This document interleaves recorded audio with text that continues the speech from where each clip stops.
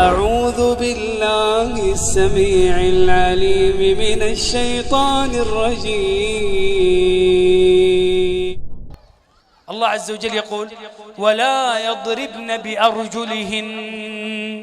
لأخواتنا النساء، الله عز وجل يتكلم عن الخلخال الذي مغطى بالعباءة.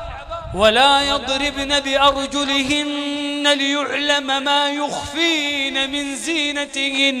يا أيها النبي قل لأزواجك وبناتك ونساء المؤمنين يدنين عليهن من جلابيبهن ذلك أدنى أن يعرفن فلا يؤذين. أنا أريد أن أهمس همسة وخاطرة لأخواتي. من الذي أمر بالحجاب؟ ها يا إخوان، الله الذي أمر بالحجاب.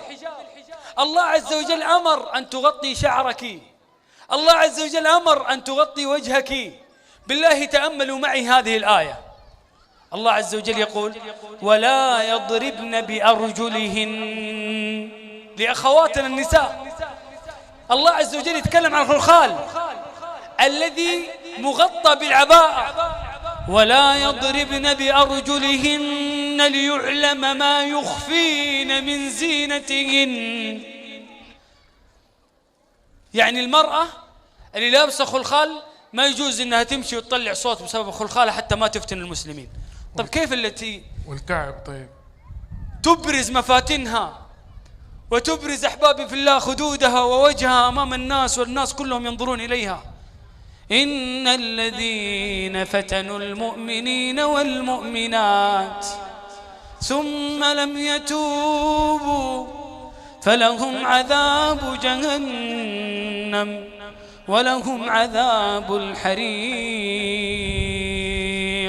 يا إخواني، الله عز وجل يقول: يا أيها النبي قل لأزواجك وبناتك ونساء المؤمنين يدنين عليهن من جلابيبهن ذلك أدنى أن يعرفن فلا يؤذين. المرأة تعرف بماذا؟ تعرف بشعرها، تعرف بوجهها.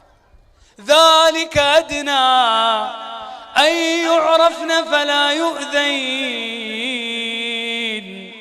وكان الله غفورا رحيما. Don't forget to subscribe us and to enable notifications. تبارك الذي نزل الفرقان على عبده ليكون للعالمين نذيرا.